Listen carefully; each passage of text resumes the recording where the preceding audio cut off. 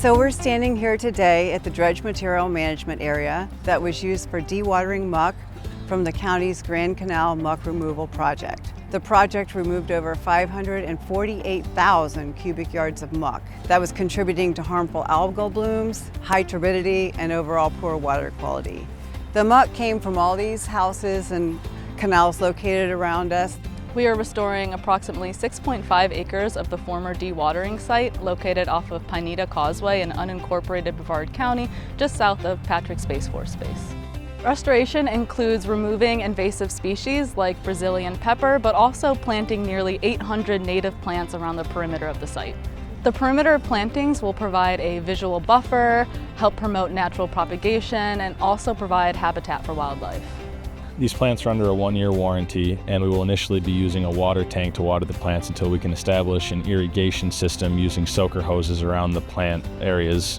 And for the next year, until the plants are established, we will be monitoring them and watering them weekly. The planting of native species will also benefit and encourage wildlife to return to the site. For example, Simpson stopper and wax myrtle, they produce berries that birds like catbirds and cardinals like to eat, and flowers on site promote pollinators like bees and our zebra longwing butterflies.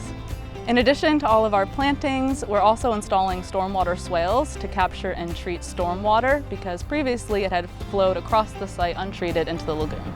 This county-owned site was used for dewatering muck because it was approved by the Board of County Commissioners through a temporary use agreement. The restoration is required because the project permits required it, the temporary use agreement, and we also were doing it in response to residential concerns. Since dredging is complete, residents have reported seeing more manatees, bottlenose dolphins, and fish in areas where they were previously absent. This is showcasing the improvements to the ecological conditions.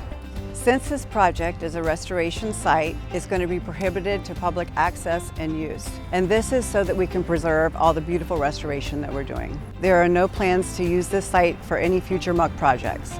You can achieve similar benefits to what's seen here with the plants around your home. If you put wetland plants in low spots around your yard or where your gutters are directed, you can create a rain garden that helps to filter nutrients before it gets down into the groundwater. Another way you can use them is around stormwater ponds or edges of canals to create buffer zones. These help to prevent grass clippings and other debris from washing down into the waterways. Visit lagoonloyal.com to learn more tips and tricks you can do around your home to help reduce pollution and help us all get to a healthier lagoon faster.